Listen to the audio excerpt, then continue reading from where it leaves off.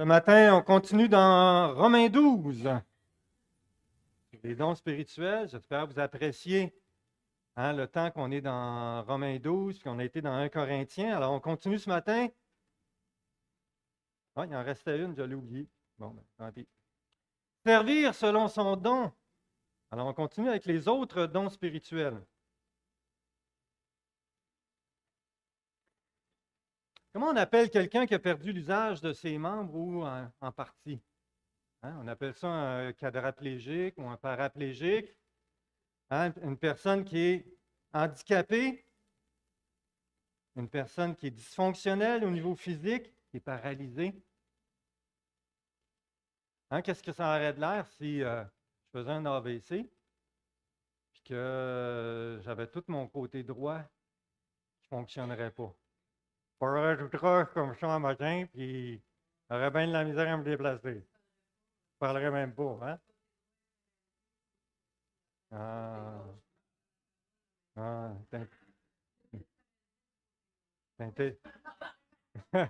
ah, bon, ben, je vais me coucher moins niaiseux ce soir. Alors, qu'est-ce que ça aurait de l'air d'une église où il y a une partie de l'église ou une moitié d'église qui ne sert pas avec les dons que le Seigneur lui a donnés? On pourrait dire que vu que l'apôtre Paul compare l'église à un corps, est-ce qu'on pourrait dire que c'est une église qui est dysfonctionnelle, en partie, qui est en partie paralysée, en partie handicapée? Alors, est-ce qu'on pourrait dire qu'elle est une église dysfonctionnelle? Alors, toi qui m'écoutes ce matin, là, je ne parle pas de ceux qui sont nouveaux, qui viennent se joindre à l'Église ou les personnes qui nous visitent ce matin, mais ceux qui font partie de l'Église, qui s'identifient à l'Église ici. Ben, si tu ne sers pas selon ton don spirituel, mais tu prives l'Église d'une bénédiction et l'Église en partie, vu on forme un corps, que tous les membres, on est unis par le Saint-Esprit, bien, ça fait partie d'un handicap qui affecte tout le corps. Alors, tous les chrétiens sont appelés, Romains 12, 1, tous les chrétiens sont appelés à s'offrir à Dieu, à se livrer à Dieu, à se donner à lui. Et ça, une fois pour toutes, afin qu'il soit notre Seigneur, qu'on lui appartienne de tout notre cœur et qu'on trouve notre plaisir à accomplir sa volonté. C'est versets 1 et 2. Alors, on est tous appelés à être conduits par l'Esprit Saint avec notre don spirituel. Accroché en passant. À être une bénédiction pour les autres avec le don que Dieu nous a donné. Alors, par la foi, saisir la grâce, la force, le courage, la volonté d'aller au Seigneur, de saisir sa grâce afin de bénir les frères et sœurs. Quand l'Esprit nous conduit, on ne le fait pas d'une façon indépendante, parce qu'on est tous, des membres liés au corps les uns aux autres, et donc on le fait d'une façon qui est interdépendante.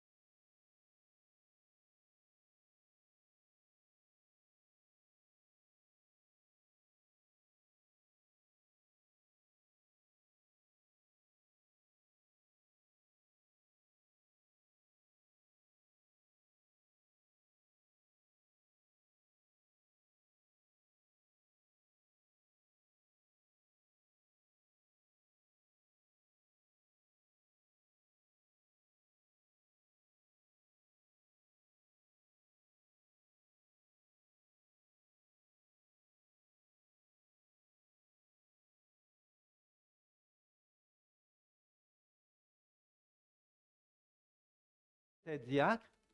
Il avait probablement le don de prophétie, selon ce qu'on peut lire dans Actes 7 et 8, 7, ouais. Philippe était diacre aussi, et Actes nous dit qu'il y avait le don d'évangéliste. Alors, tous sont appelés à servir. Certains ont le don spirituel, et ceux qui ont vraiment à cœur de servir peuvent être appelés par le Seigneur à une charge de diacre. Donc, tous sont appelés à prophétiser, à servir. Certains ont le don spirituel et certains vont avoir une charge. Une charge. Alors, ceux qui ont une charge de prophète vont l'exercer comme anciens ou comme pasteurs. Ceux qui sont diacres vont décharger les anciens en prenant différentes tâches dans l'Église.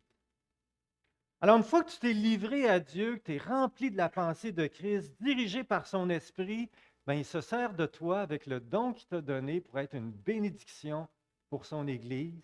Et ça, il le fait d'une façon interdépendante, pour qu'on prenne soin les uns des autres.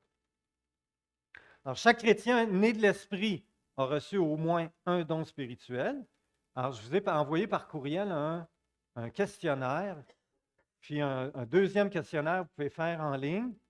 Donc, ça c'est des outils pour vous aider à connaître votre don spirituel. Habituellement, le don spirituel, le don que Dieu nous fait, est en ligne avec déjà des habiletés qu'on a. Alors, c'est des outils qui nous aident à trouver notre don. Puis, si vous n'avez pas reçu mon courriel, ben laissez-moi sur un petit bout de papier votre adresse courriel, puis je vous l'enverrai aujourd'hui ou demain. Alors, être uni au corps de Christ, c'est être conscient que chacun des dons est donné par Dieu pour bénir les autres. C'est être conscient que je fais partie de quelque chose qui est plus grand que moi et que c'est de faire partie d'un projet de Dieu, de Jésus-Christ qui bâtit son Église. Et avec les dons, c'est son Église, toute l'Église est édifiée à la ressemblance de Christ. Chacun des dons est donné pour l'édification du corps et pour bénir les autres. Ce sont des dons de la grâce, et quand ils sont exercés, le corps est actif, en santé, parce que ses membres prennent soin également les uns des autres. On continue avec les 5 autres dons. Avez-vous hâte de les découvrir? L'enseignement, enseigner. Alors, Paul, il dit en grec, littéralement, celui qui enseigne dans l'enseignement. C'est comme s'il manquait quelques mots que Paul sous-entend. Alors, la plupart des traducteurs, il faut comprendre que celui qui a le don d'enseigner, parce qu'il parle des dons spirituels, s'applique, se consacre, se donne à l'enseignement. Alors, j'en ai déjà parlé, enseigner, c'est expliquer pour faire comprendre, décortiquer la parole, pour en saisir le sens dans son contexte et selon l'ensemble de la révélation biblique. Alors, pour pas que mon interprétation, ça contredit d'autres passages dans la Bible. Alors, le don d'enseignement vise la compréhension, l'intelligence, et c'est essentiel pour susciter la foi. Comment croiront-ils s'ils n'entendent pas? Dans Romains 10, dans Romains 10, c'est ça. Alors, là encore, tous peuvent expliquer la parole de Dieu. Quand on a une occasion, soit entre chrétiens ou avec des personnes qu'on connaît, on peut tous enseigner la parole de Dieu. Certains ont reçu un don spirituel et certains parmi eux vont avoir une charge, vont être mis à part pour avoir une charge d'enseignant, soit dans un collège biblique ou comme pasteur enseignant. Dans la Bible, vous lisez aussi le mot docteur. Ce n'est pas parce qu'ils ont un diplôme universitaire. Dans le texte original, c'est le même mot qu'enseignant, c'est un équivalent. Alors, docteur, enseignant, c'est pareil. Est-ce que la femme peut enseigner? Eh bien, ce que Paul dit, c'est que la charge d'enseigner comme responsable de l'Église c'est ce qui est réservé aux hommes. Alors, on lit ça dans 2 Timothée 2,12, je ne permets pas à la femme d'enseigner. Paul ne parle pas d'une manière absolue. D'abord parce que la femme peut prophétiser, et dans son sens général, on a vu ensemble que ça inclut une part d'instruction et d'enseignement. Ensuite, Paul a écrit ceci à Tite. Ah non, il est là. De même, les femmes âgées doivent enseigner ce qui est bien.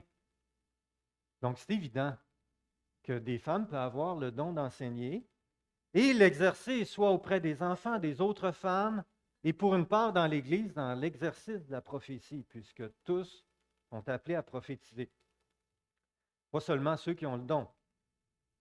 Alors, ce qu'elle ne peut pas, pour des raisons que j'ai expliquées dans un autre message, elle ne peut pas avoir une position d'autorité comme responsable en ayant la charge d'enseignant et de pasteur dans l'Église. Dans Éphésiens 4,11, non, je ne l'ai pas mis. Ah non, OK, ça ici. Oui, dans Éphésiens 4,11, la charge de pasteur et d'enseignant est associée. Cette charge devrait être réservée aux anciens. Dans 1 Timothée 5, 17, il est où dans Timothée 5, 17? Que les anciens qui président bien soient jugés dignes d'un double honneur, surtout ceux qui prennent de la peine dans la parole et dans l'enseignement. Donc, parmi les anciens, les responsables de l'Église, bien, il y a différents dons. Et certains ont un don d'enseigner. Éphésiens 14, oui. Pasteur, docteur,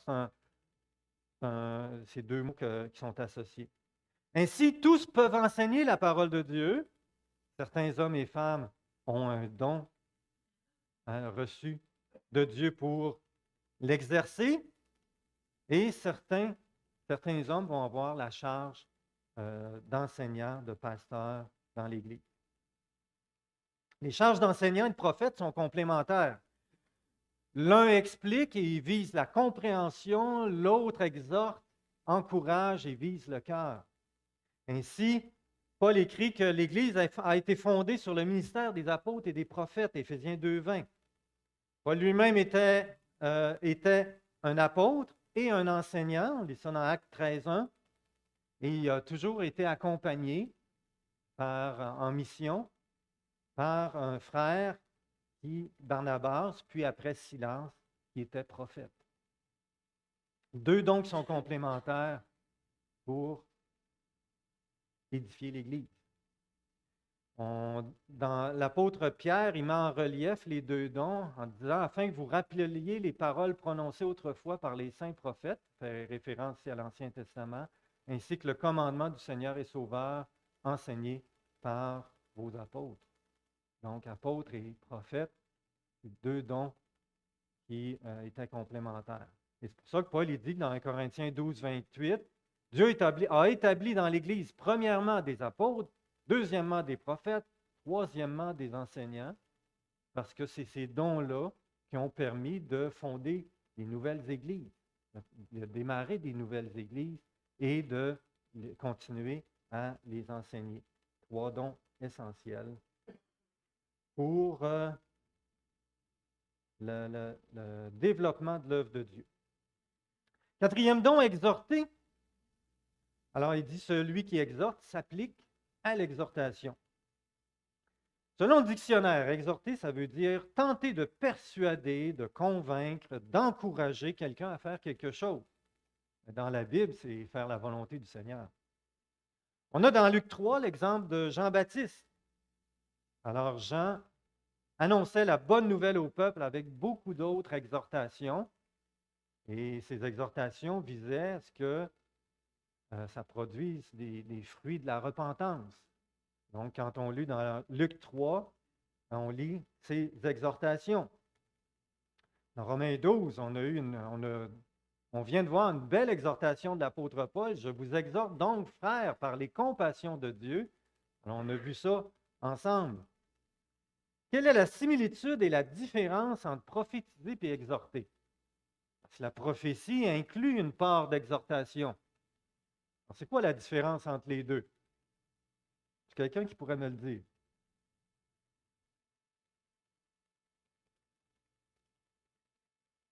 Oui, c'est quoi la différence et la similitude entre prophétiser, parce qu'on a vu le don de prophétie, et le don d'exhorter? Prenez une petite minute pour en discuter autant, et on revient là-dessus.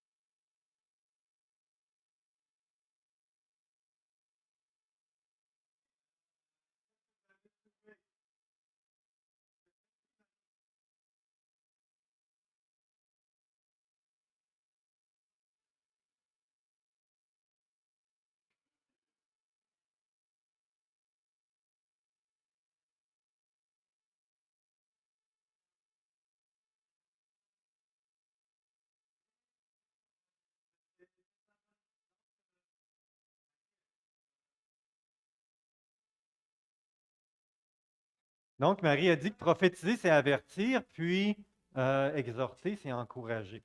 Quelqu'un d'autre? Différence et similitude.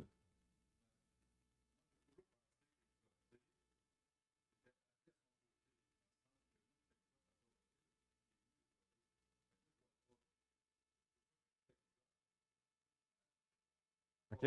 Mais prophétiser, tu fais ça aussi? Oui, Nathalie.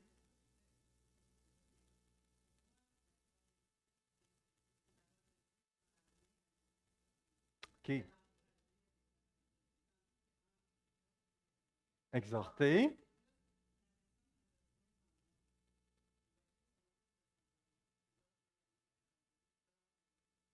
OK. OK, OK. Ouais, je comprends ce que tu veux dire. C'est proche, mais c'est peut-être pas assez clair, mais c'est proche. Quelqu'un d'autre? Oui, Denis.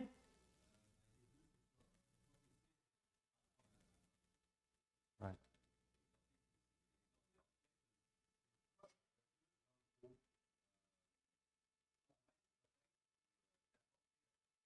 Non, non. Tu as raison de dire que prophétiser va être basé sur la parole, exhorter pas nécessairement, mais la prophétie va autant exhorter. Si j'ai lu un Corinthiens 10 cette semaine, puis c'est une belle prophétie qui est décrite là. Et oui, vraiment, il exhorte, mais en se basant sur la parole de Dieu. Éric, c'est ça que tu voulais dire? OK.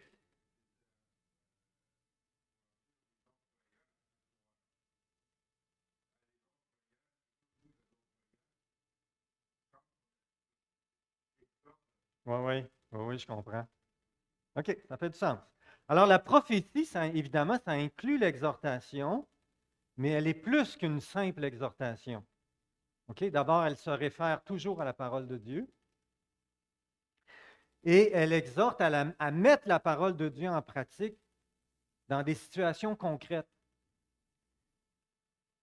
Euh, Tandis que l'exhortation, comme ici, dans Romains 12, ben Paul, il ne se réfère pas à la parole de Dieu et il ne se réfère pas à une situation concrète. C'est général. Donc, l'exhortation, la prophétie va viser plus des choses pratiques, des choses concrètes et basées sur la parole de Dieu, tout en avertissant, par exemple, des dangers de ne pas suivre le Seigneur et en exhortant à revenir à lui. Alors, tandis que l'exhortation, c'est dans, comme Paul le fait là. Paul nous exhorte en se basant sur tout l'enseignement de Romains 1 à 11. Il nous exhorte à s'offrir à Dieu. Alors, il se base sur son enseignement. D'exhortation et de prophétie? Ben, écoute, je vous ai parlé de Luc 3 puis de Romains 10. On peut aller voir dans Luc 3. C'est sûr que dans Luc 3, ça s'applique à des situations concrètes aussi.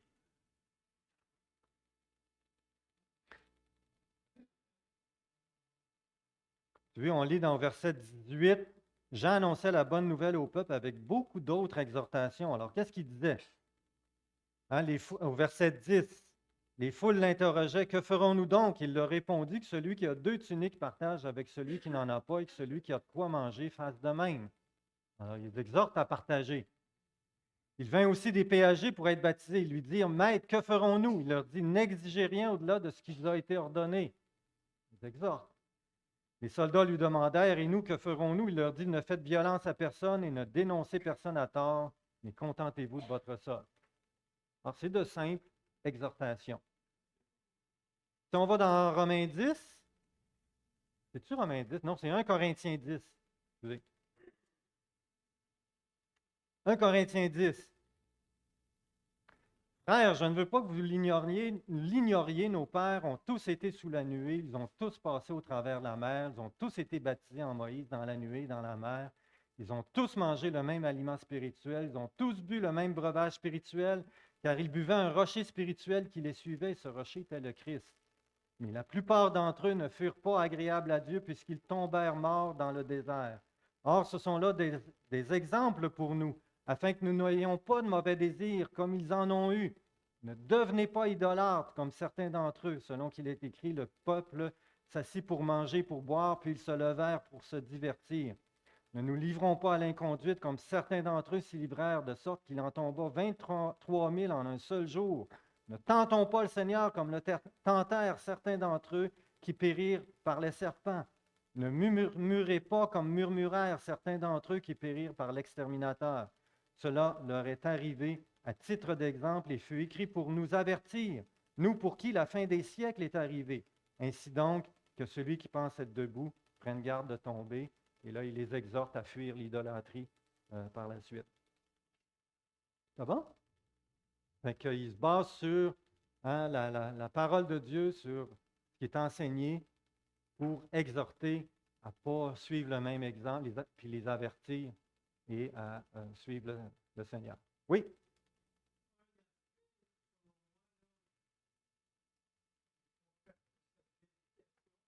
Mhm.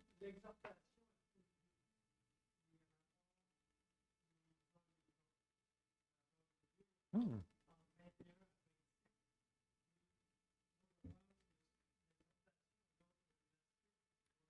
Intéressant, ça mérite réflexion. La prophétie serait plus par rapport à notre relation avec Dieu, peut-être? Et, ouais, OK, OK, peut-être.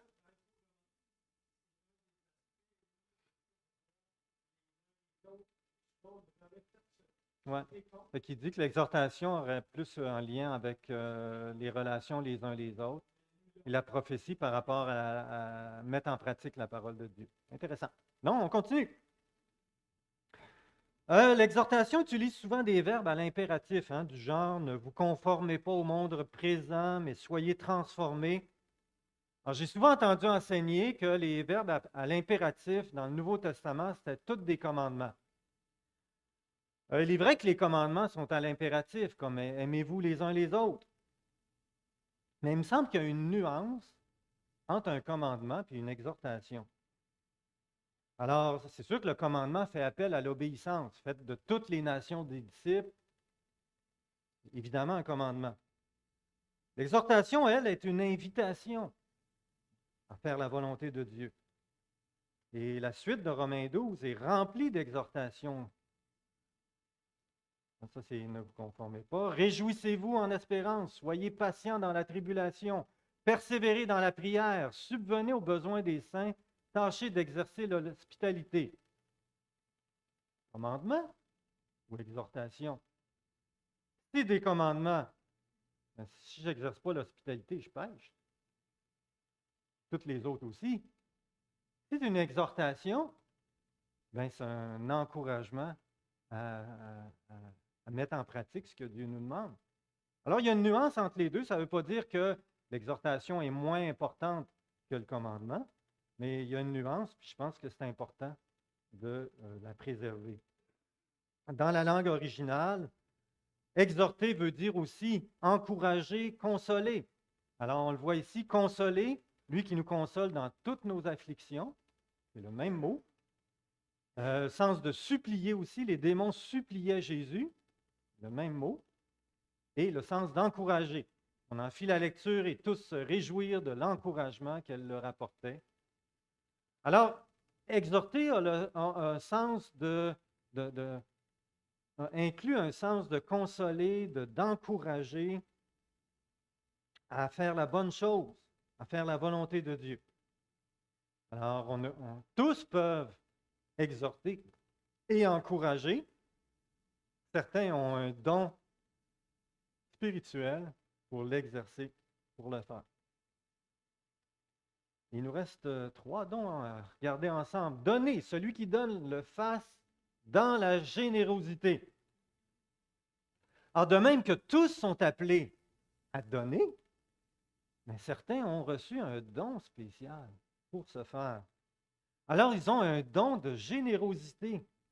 Ils ont une capacité de Dieu pour voir des besoins et les combler. Le deuxième mot, générosité, peut se traduire simplicité, sincérité, honnêteté, franchise, droiture, qui s'en quand même du sens ici, des Bibles qui le traduisent comme ça. Donc, de le faire avec honnêteté, simplicité, avec pas une intention de recevoir en retour. Ou il peut avoir aussi le sens de générosité, libéralité. Je pense que c'est le sens qui s'applique le mieux ici. Alors, certains parmi nous ont un don spirituel de générosité. Ils sont toujours prêts à partager ce qu'ils ont et ils sont touchés de compassion pour ceux qui ont besoin, qui se retrouvent dans des besoins. On pourrait penser que c'est un don insignifiant. Bien, donner, il n'y a rien d'extraordinaire là-dedans comme don spirituel. Bien, au contraire, c'est un beau don qui glorifie le Seigneur. Et quand il est exercé dans l'Église, eh bien, il peut encourager toute une Église à y participer. Ça fait une différence. On lit ça dans 2 Corinthiens 8. Par ailleurs, frères et sœurs, nous vous faisons connaître la grâce de Dieu que Dieu a accordée aux églises de la Macédoine. Au milieu même de la grande épreuve de leur souffrance, leur joie débordante et leur pauvreté profonde, les ont conduits à faire preuve d'une très grande générosité. Je l'atteste, ils ont donné volontairement selon leurs moyens et même au-delà de leurs moyens. Alors, je suis convaincu que dans ces églises-là, il y a des frères et des sœurs qui avaient le don de donner et qui ont encouragé toute l'Église, qui ont entraîné toute l'Église à participer à cette bénédiction-là pour l'apôtre Paul. Alors, ce n'est pas un petit don, c'est vraiment, vraiment une bénédiction pour l'ensemble du corps. Diriger et présider, que celui qui dirige le fasse avec zèle. Le mot grec original vient de 2 mots qui veulent dire aller en avant pour mettre de l'ordre. Alors, un général qui allait en avant de l'armée pour diriger l'armée, c'est le mot qui est utilisé. C'est utilisé pour diriger, conduire, présider. Le deuxième mot, le mot zèle, peut se traduire selon le contexte de 2 façons. Alors, c'est soit zèle, dans le sens d'empressement, de hâte, d'ardeur, de se donner de la peine, ou dans le sens de bienveillance, intérêt pour autrui, affection. En deux sens. Si on voit, par exemple, le français courant traduit avec soin, dans le sens de consciencieusement. La Nouvelle Bible Second avec empressement, parole de vie avec ardeur, parole vivante a mis deux nuances, avec autorité et zèle, et y mettent tout son cœur. Puis Sommer a traduit avec sérieux, là aussi dans le sens de consciencieusement. Je pensais que c'est probablement le seul don que Paul mentionne dans Romains 12, que tous ne sont pas appelés à exercer, présider.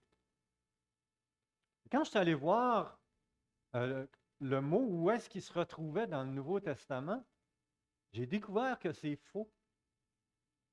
Par exemple, c'est un des critères pour être diacre ou ancien. Il dirige bien sa propre maison. Le même mot. Et c'est le mot aussi utilisé pour un ancien qui a ce don-là, que les anciens qui dirigent, donc certains anciens ont ce don-là, qu'ils soient jugés dignes d'un double honneur, surtout ceux qui travaillent à la prédication et à l'enseignement. Double honneur, ça veut dire un salaire. Donc, parmi tous les anciens et les diacres sont appelés à bien diriger leur famille, et parmi eux, bien, certains vont avoir une charge de direction. Ouais.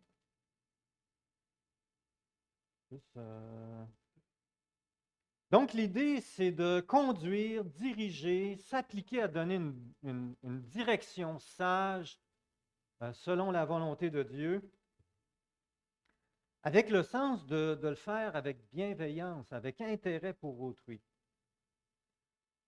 Alors, je découvre qu'on est tous appelés à diriger, soit comme mari, comme père, comme mère, peut-être même au travail, comme responsable d'un ministère, comme diacre ou ancien. Alors, on est tous appelés à diriger, mais certains, à bien diriger, mais certains ont un don spirituel pour le faire. Miséricorde, que celui qui exerce la miséricorde le fasse dans la joie. La miséricorde, c'est de venir en aide aux malheureux, pratiquer la bienfaisance, prendre soin des malades, des personnes âgées, en perte d'autonomie. C'est en venir en aide à ceux qui sont oubliés ou négligés. Paul demande que ce don s'exerce avec joie, gaieté. Paul demande que les personnes qui exercent la miséricorde, ils ne le fassent pas en maugréant, mais en étant des rayons de soleil qui apportent la joie à ceux qui aident. Alors, quand vous voyez quelqu'un qui est un rayon de soleil, puis qui apporte l'agrément, la gaieté, de la joie aux personnes nécessiteuses, et qui a à cœur de les aider dans leurs besoins, eh bien, certainement que c'est un don de miséricorde.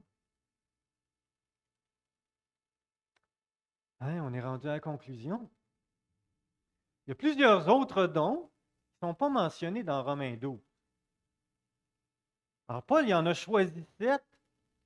Pourquoi il ne mentionne pas tous? Eh bien, le point de Paul, c'est de démontrer ce qu'il vient de dire, qu'on forme un corps, qu'on est interdépendant et que tous les dons sont utiles. Et ces 7 dons-là le démontrent très bien. Maintenant, on forme un corps, on est tous membres les uns des autres. Qu'est-ce que ça change? Bien, en y réfléchissant, je pense que j'ai découvert quelque chose de totalement nouveau que je n'avais jamais vu. Est-ce que Jésus-Christ a tous les dons spirituels? Ben oui, absolument. Il les avait tous. Est-ce que le plan de Dieu, c'est qu'on ressemble chacun d'entre nous de plus en plus à Jésus-Christ? Absolument. Et le plan de Dieu pour qu'on ressemble de plus en plus à Jésus-Christ, c'est par l'entremise de l'exercice des dons spirituels. Par exemple, je n'ai pas le don d'encourager.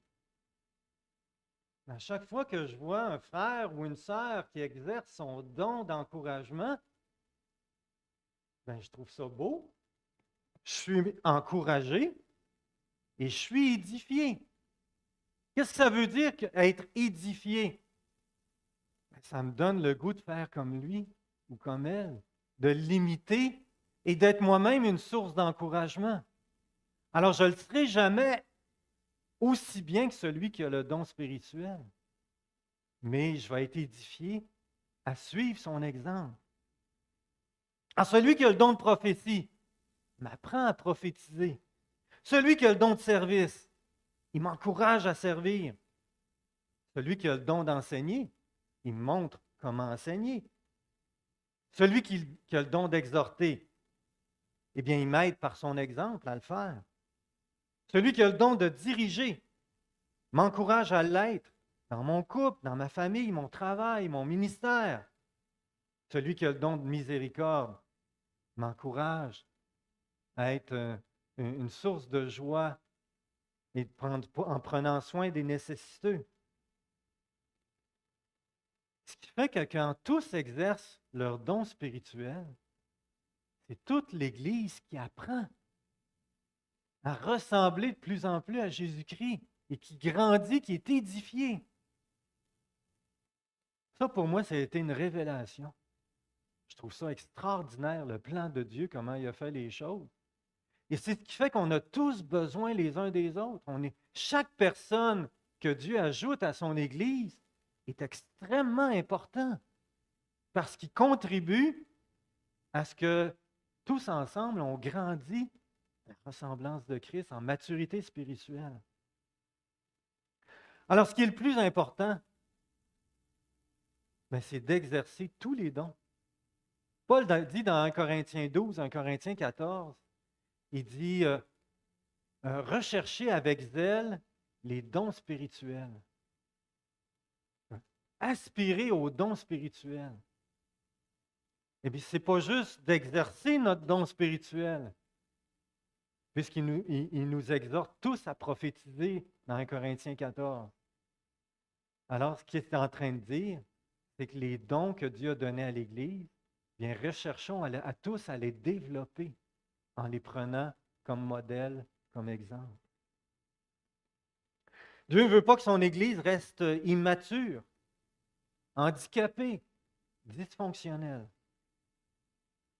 Alors, l'exercice des dons spirituels dans l'Église, c'est quelque chose qui est fondamental.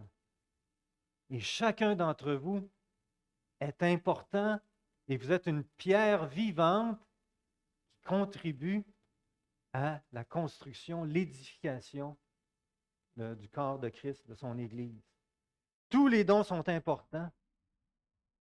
Alors prions que Dieu nous vienne en aide et que chacun d'entre nous prenne à cœur de rechercher, d'appliquer tous les dons, particulièrement son don spirituel. Prions. Père, merci. Merci encore une fois pour la parole qui est extraordinaire, qui est vivante, qui est puissante et qui nous exhorte, qui nous encourage, qui nous édifie.